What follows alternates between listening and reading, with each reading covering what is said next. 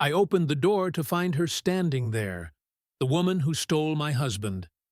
Her hair was polished, her lips painted in that shade of red he once swore looked best on me. And beside her he stood, my former husband, now her trembling shadow.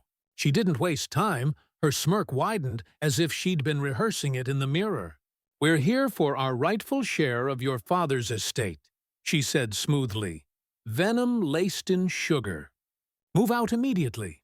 My fingers curled against the doorframe, not from fear, but restraint.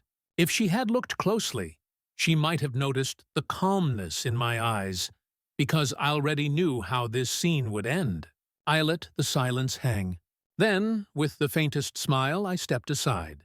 My lawyer appeared behind me, tall, sharp, his presence cutting the air like a blade. Her smirk faltered for the first time. There was a time I would have bled for him. He wasn't just my husband. He was my safe place, my laughter, my partner in everything. When we first met, I thought fate had handed me my future on a silver tray. He made promises only fools believe in. Late-night whispers of forever, plans of children, talks of growing old together. I carried those words in my chest like scripture. I defended him against every skeptic. And when my father died, it clung to him as my anchor through the grief. Little did I know, he was already loosening his grip on me, reaching for another. It began with a phone call he didn't want me to hear, then business trips that didn't align with the invoices, the smell of perfume that wasn't mine. I asked nothing, I only watched. The final blow came when I followed him. The sight of them together, hand in hand, laughing in the shadows of a restaurant where he once took me on my birthday. That was the moment my heart stopped breaking because it hardened instead. Tears. They would have fed his ego. Screaming that would have given her satisfaction. No, I chose a silence, and silence is lethal when sharpened into strategy.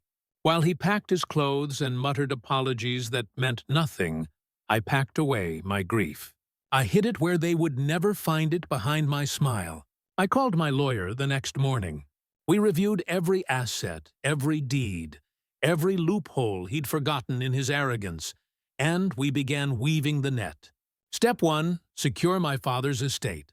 It had never been in my husband's name, but I made sure ironclad protections were in place.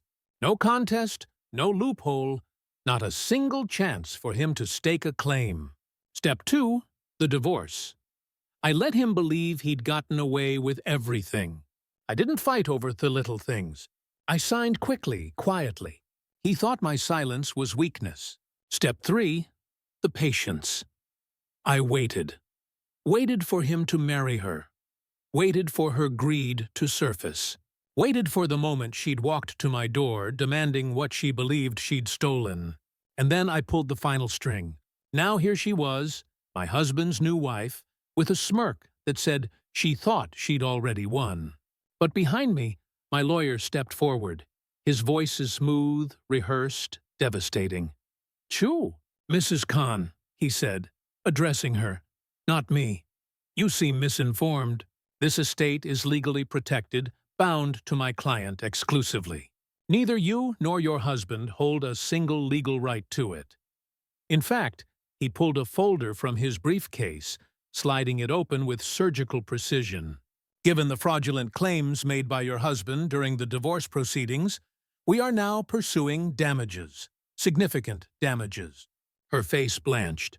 He blinked rapidly, his bravado crumbling, and I stood there, silent, savoring the unraveling. "Leave," my lawyer finished, his tone final. "Or we file today." She opened her mouth, but no words came out. Her smirk haddied completely, and for the first time I saw fear crawl into her perfect posture. They left without another word. I closed the door gently behind them. The house was silent again, but this silence wasn't heavy. It was liberation. I walked through my father's study, fingertips brushing the spines of books she once loved. He had taught me patience. He had taught me strength that didn't need to roar. And in that moment I understood revenge isn't about noise, it's about precision. It's about letting them dig their own graves and then making sure they see you standing above it. I didn't lose a husband. I lost a parasite, and I gained something far greater. The satisfaction of knowing that when she came to take everything from me, she left with nothing, not even her smirk.